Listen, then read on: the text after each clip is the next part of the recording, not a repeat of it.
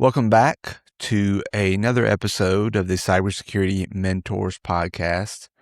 Today's title for this episode is From Mimicry to Mastery.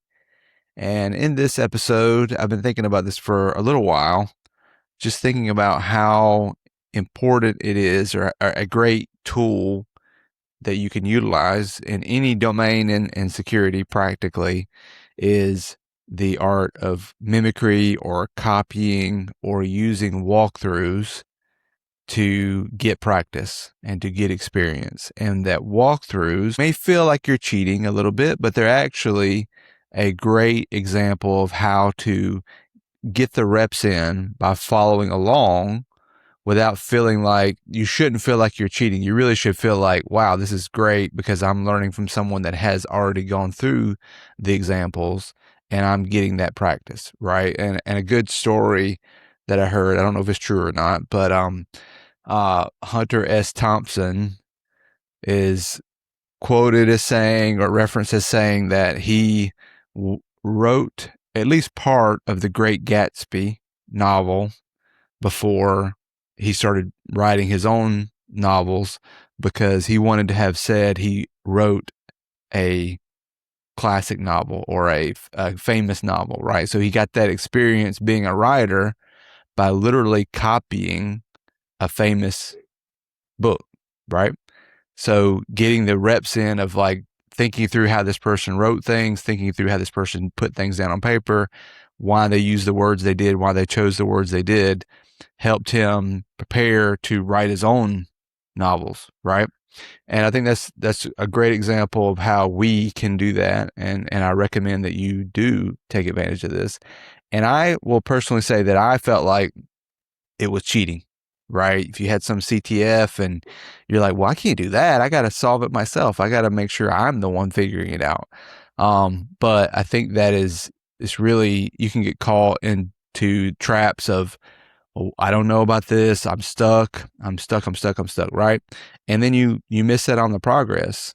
And there's so much stuff that's out there. There are some that are harder to find that we had a hard time, but we found some, but harder to find that are good examples of walkthroughs. Some are very strong, and we're going to talk about that. So what do you think, Steve? No, I mean, I think this is a good topic, especially when we're talking about individuals, starting their cybersecurity journey or transitioning over to cybersecurity. They're always looking for, hey, how can I learn? And I think there is a little bit of, ego and pride and maybe not wanting to, like you said, follow walkthroughs or just mimicry and kind of just like learn by copying what someone else is doing. But I agree with you. And you always say this, right? You got to put the reps in. Well, how are you going to put the reps in if you're not, if you don't even know where to start, and if you need to find something and put those reps in, keep doing. Practice makes perfect, just like in anything in life, really. You can't expect a musician or an artist to just come out and be amazing, right? They have to practice, they have to get better, they have to understand their craft. So yeah, this is definitely a good topic to discuss for sure. Yeah, and let's talk about this a little bit deeper, and this learning through this. And there's different domains that this is normal. I don't know why cybersecurity might and thinks it would be different, but what are some things that you think of that might be other domains that do this already? So outside of cybersecurity, like other groups, Yeah. Well, I see here on our notes, children learning through imitation. And I have my little daughter right now, and she is starting to say, Mama, Dada. She's saying no, and she's doing this with the finger because she's seen me do it to her. Like, no, don't do that. So right now, like that touches home because, yeah, like little kids as they grow up, right? They're looking up at you, and by imitating you, by mimicking you, that's how they learn. Now that's getting really basic. But I think even like, one of the things that you've talked about a lot previously is apprenticeships, right? You have someone who's considered the master, the know-it-all, the the main guy, and people that want to learn to get to that level will come and learn from him, looking over their shoulder, taking the advice, copying, doing things similarly. I mean, that's how you're learning. You're learning, from start to finish from someone who has more experience than you, who has done this. There's a number of them. I mean, I touched on the musician, I touched on the painter, like all of these different groups, different individuals, different professions require you to learn from someone with more experience. Yeah, and I would not consider myself a musician, but I can play a couple of things. And when I learn those, well, one main reason I'm not a musician because I really can't read music, right? So, well, how do I learn? I literally just copy and follow along with tutorials, right? And mostly I don't have to learn music, which is good for me because I'm not into that. But I do want to learn how to play whatever that song is, right? So it's literally repetition, follow along, follow, repetition, repetition, repetition, right? And even if you do read music, you still got to put the reps in. Like you still have to do that so many times and do it over and over again until your fingers, get the right rhythm and the right, finger positioning. If you're playing a string type instrument, so it just takes reps, right? And I'm not trying to write my own music. I'm just trying to find a cool song that I think is fun that I would like to learn how to play, and I will just rep it until I get it to where I don't have to think about it, right? Yeah. Well, there's a quote that I did martial arts growing up, and Bruce Lee was a huge fan. Like I was a huge fan of Bruce Lee, and I would watch his old interviews when he was getting interviewed and stuff. And there was a quote that kind of stuck about, and I just looked it up so I wouldn't like not do it justice, but it's like, I fear not the man who practiced 10,000 kicks once, but I fear the man who has practiced one kick 10,000 times. And like that's Yep. I mean, that's it. Yep. Yep. So let's say you follow our advice, and we're going to give you some examples specifically at the end. So stay tuned. But let's say you follow our advice and you do walkthroughs, and you do these walkthroughs and you repeat and you keep doing those to get the experience and get the reps. The next level is really asking questions, right? It's the not just copy, repeat, copy, repeat, copy, repeat. It's really breaking things down and trying to understand why. Now, some tutorials or walkthroughs or write-ups will explain why they chose this tool, what the method is, and then you can use that to go by, right? But really, you should be trying to put yourself in those scenarios to ask the question, okay, they did this step.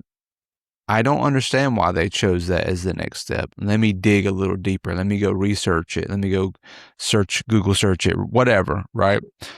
And try to find out more about the why behind the method. And that's like phase 2, I would say, is as you're going through these walkthroughs and mimicking those steps, is breaking it down and understanding the why. And the bonus tip is it's okay to then use this and document this on your own, right? So you find a write-up or a follow-through that you follow along and you do it, right? You can also document it yourself. Here's my experience doing this.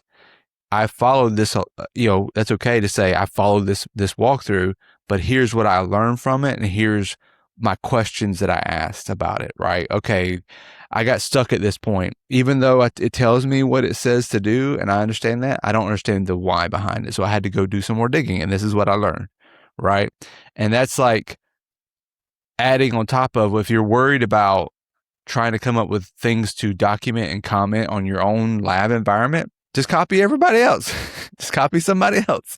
It's okay to cheat. I'm telling you, this is the moral of this story is it's okay to cheat, right? You just got to dig deeper and document what you learn from that experience. And it's okay to even say, you know what? I tried to figure this out and I don't actually understand why they did this step, but moving on. What do you think? Yeah, no, I mean, I think you definitely have to ask why. And I think breaking it up into sections and understanding this is why, we're doing this and why we took this step or why we're making this move. Okay, what would I do next?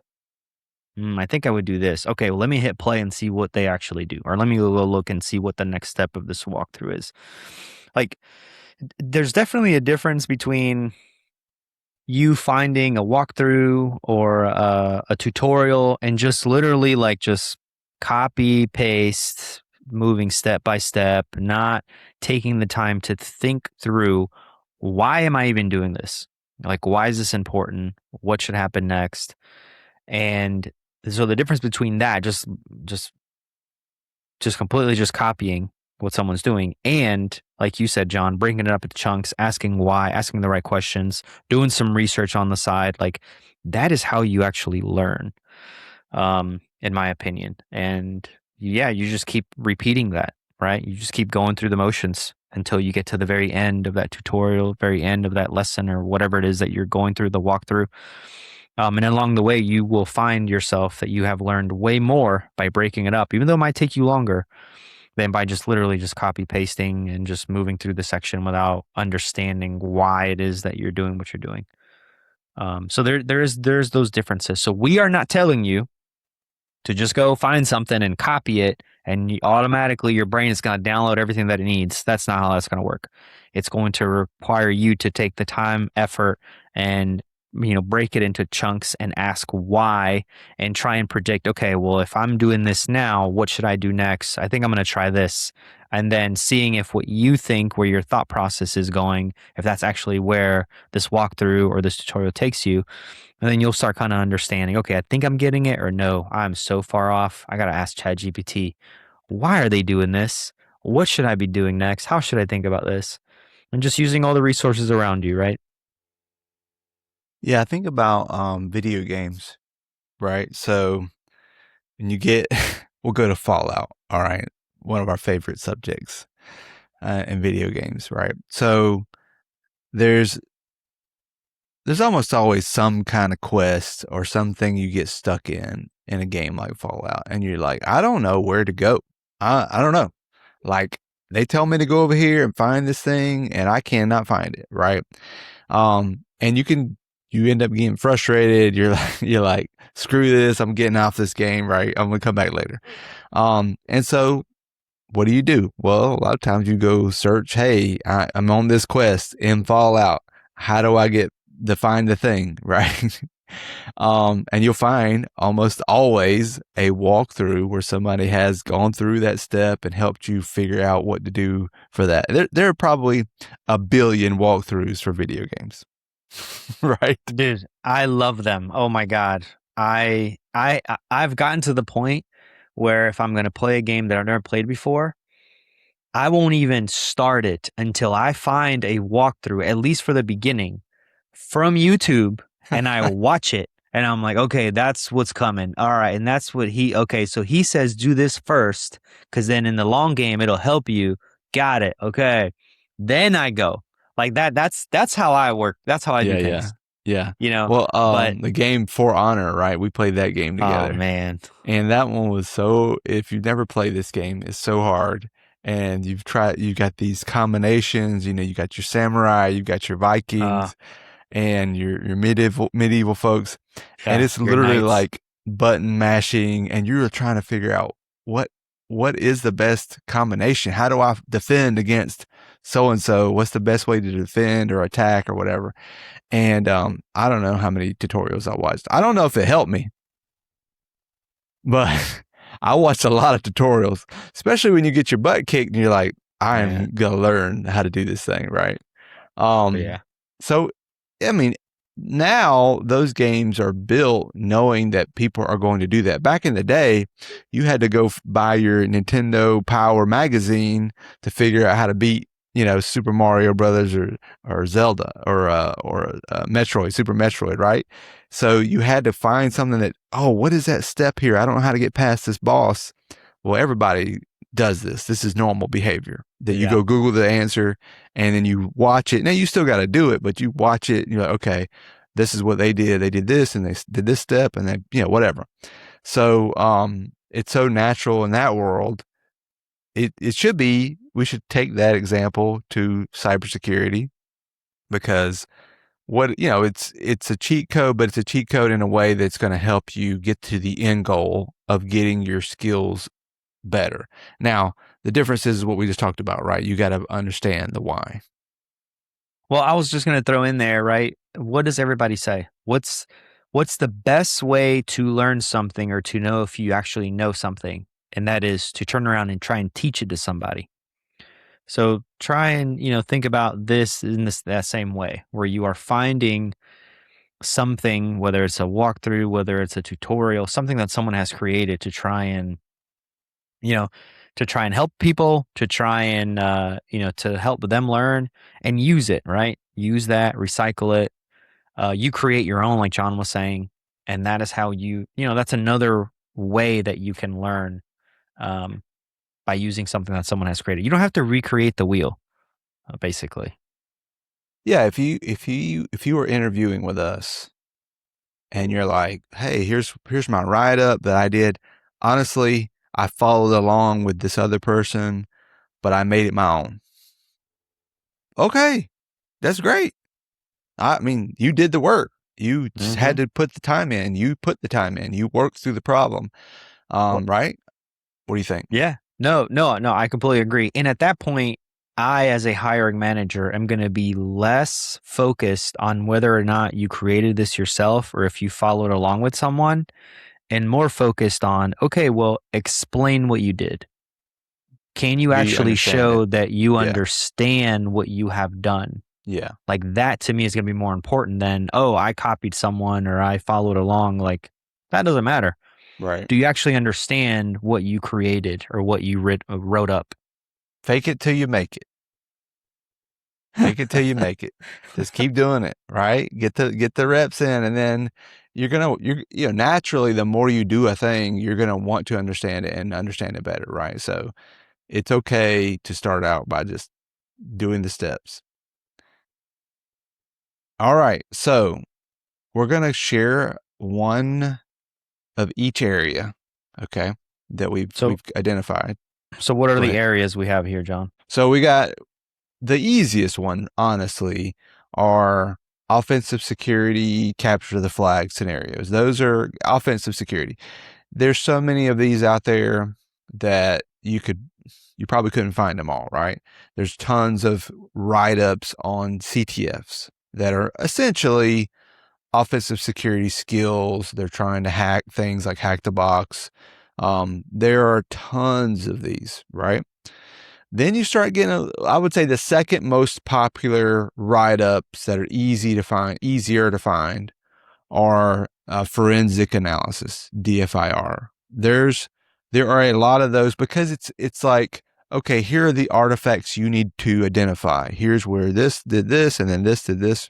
Those are easier. Where it starts getting more challenging is when you get to like SOC type walkthroughs and threat hunting. Those are a little bit more challenging. And then the most challenging are GRC risk assessments. Those are the hardest ones we found to identify. Like, here's some actual walkthroughs, right? And so as we walk through these and share some of these, we'll talk about why that is and some ideas to get around those challenges. But that's it.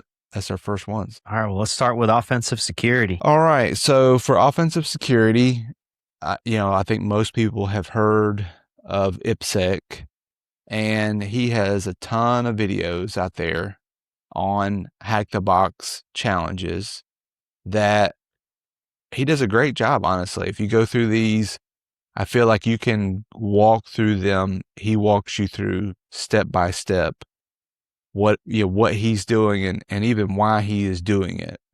And he's got, I mean, look here, if it says how many videos, it doesn't say, but there's a ton. There's a lot, right? He's been doing this a long time, and these are great. He just narrates them well. He edits them well. It's really, really good. I would say he's the top person I think of when I think of a CTF style hack the box type walkthrough or walkthroughs. All right. Any comments there, Steve? No. I mean, absolutely take advantage of all resources available to you. And if you have someone, I'm a visual learner, so I definitely have to watch a video like this to do a walkthrough to get it.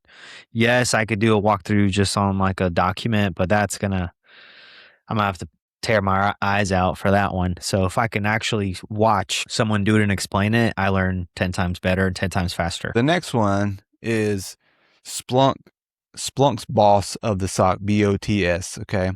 And this one's, this was been out there for a while. I've talked about it before, but there are links to walkthroughs of Boss of the SOC bots where people have gone through the data, gone through and tried to solve the questions related to the Boss of the SOC. And if you don't know what Boss of the SOC is, it's just a huge data set that is dumped into Splunk from many different sources that has basically all kinds of applications, all kinds of network traffic, all kinds of system traffic and system logs, pretty much everything you could think about in that you would want to investigate from a log standpoint.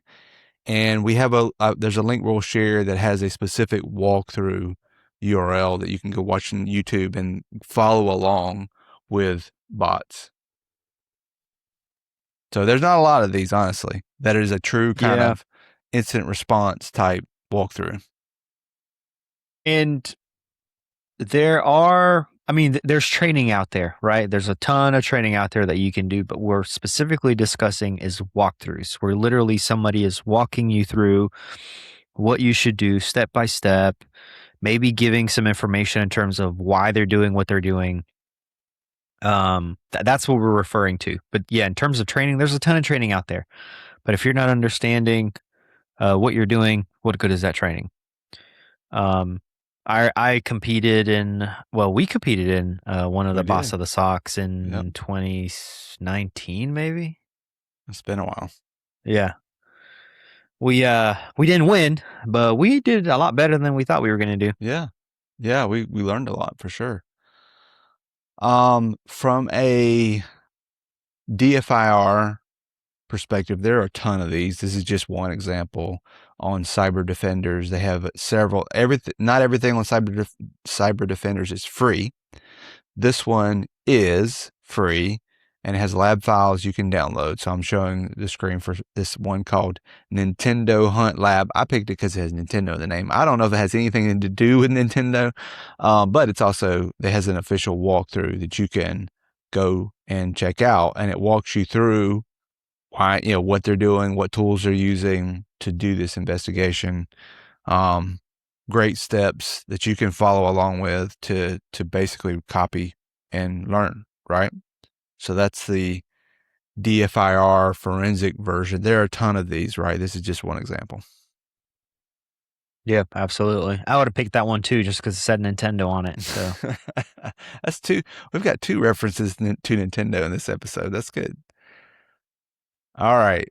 Now the next one is one that was one of the harder ones to find from a GRC perspective, right? Yes. Yep. And honestly, this might be the only one that I have found that is actually for GRC.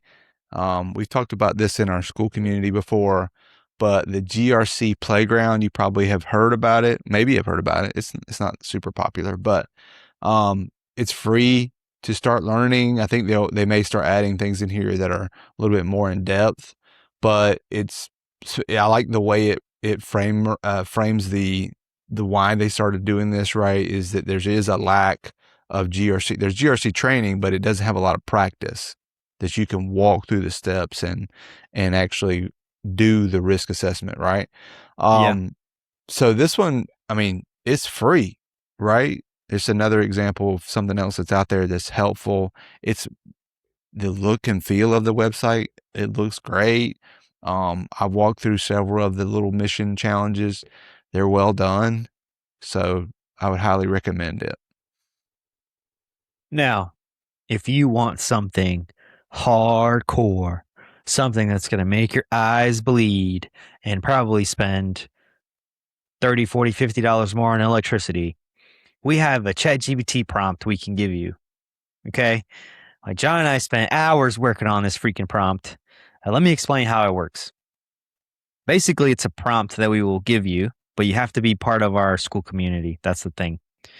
And this prompt will literally create a fictitious company. Okay? And it'll create all of the data points that you would need in order to run through a security assessment. It will then run and do the security assessment itself. And then you and it work together to try and understand why for each item in the assessment, it gave the grade that it did, and it gave the recommendations, and it highlighted, what was right, what was wrong, what needs improvement, the grading, the scales. Now, this thing will take forever, okay? Because it takes it's still running on my machine, and we started running it earlier this morning. So we're gonna try and refine this a little bit, but it actually creates policies. It creates all the documents that a company would turn around and give to you if you were coming in and saying, "Hey, I'm going to run an assessment. I need all your policies." Like, it's going through and creating every single bit of items. Now, that is like some hardcore stuff, in my opinion. I'd rather stick with a Fox Beaver, that thing, at least to start with. But if you want some hardcore stuff, let us know. Send us a message in school. Hey, I want the hardcore stuff for GRC, Steve and John, and we'll send you that prompt, my friend, and say, God be with you. Yeah. Ultimately, what it's doing is building out everything you need to answer those questions, and then you want it to answer the questions, right? Do the risk assessment of what it generated. Hey, this is company. Here's their market. Here's how many people. Here's how many customers. Here's their whatever. And then you have it do a risk assessment based off of that information. And it might be wrong, right? I don't know. But now you have something to review if you're walking through it, and if you were also going to do do the assessment. Now, the next step you can say is, hey, create a company that I'm going to do an assessment with, and I'm going to ask you questions about it as if you were that company. Mm-hmm. Hey, how many employees do you have? How many do you have a policy for account removal when someone leaves? Hey, what do you do for multi-factor? And you can have it just answer those questions for you as if it is in that company, or acting as if it's that company. And then you fill out your risk assessment. And then at the end, you can submit it back and say, hey, here's my risk assessment. Here's what I scored. Give me some feedback on how you think I did. Boom, boom, boom. Just see where my gaps are, see what I missed. I mean, it is legwork. Yes. To build it. It is legwork, but it's really not too difficult. I think if you did it 2 or 3 times, you would have tweaked and customized it to what you're trying to do. But unless you're really doing these and using something like the GRC Playground, I don't have a lot of other things to point you to. That's close to it. Look, we researched, okay? We researched to see what was out there, and we were very limited to what we could find that we could call a walkthrough. Yeah. Right. I mean, there's guides on, hey, how to run a risk assessment. Sure, there's a ton of guides out there for every freaking framework you can imagine, but actually a walkthrough that will walk you through what you should be doing and why, very, very limited. Yep, absolutely. All right. Well, just remember that it's okay to cheat, right? Mimicry is the first step on your way to mastery. These walkthroughs are a tool in the bag that you should be, in our opinion, utilizing to get better, to get experience that you build on, to keep building your skills ultimately. And it's okay, right? It's okay to learn from others. It's okay to learn from what others have done.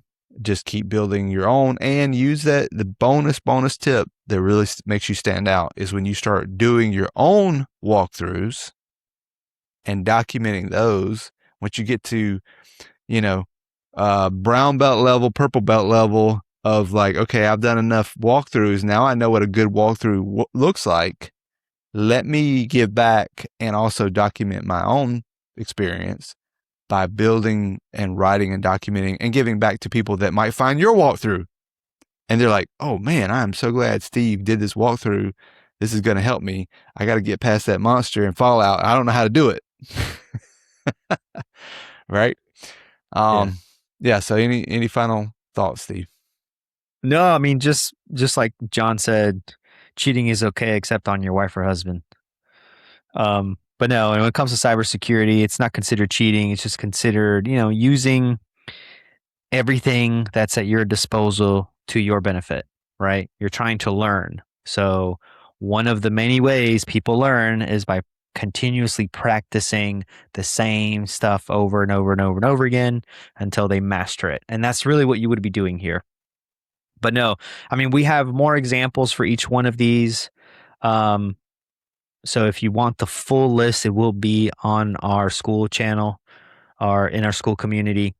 So please join us there. If you're new and you don't know what that is, it's literally just a community that John and I built where there are other people like yourself that are either in cyber, trying to get into cyber, transitioning over to cybersecurity, and they're just trying to find a community of people, like-minded people, to discuss wins, losses, heartaches, you name it. If you want some advice, just jump on there. We'd be happy to help with anything you have.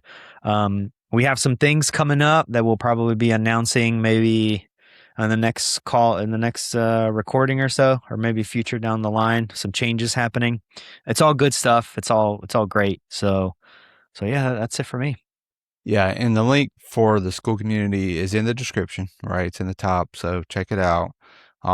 It's just a way to get, I mean, you literally can connect with us and communicate with us, and we're direct messaging people, helping people in that community. So if you want to dig deeper, you want to get our mentorship, our advice, then join in. It's free, right? Yep. We have a hangout every Friday. Where we just jump on a call and we'll answer any question you may have. We'll talk about any topic. We had one today and we talked about a breach that happened for a medical institution right down the road from us, and just helping someone else get some ideas on how they can get their foot in the door when it comes to cybersecurity. So yeah, we talk about all kinds of stuff. Yep. All right, everybody. Well, that's it. Thanks for listening. See you soon.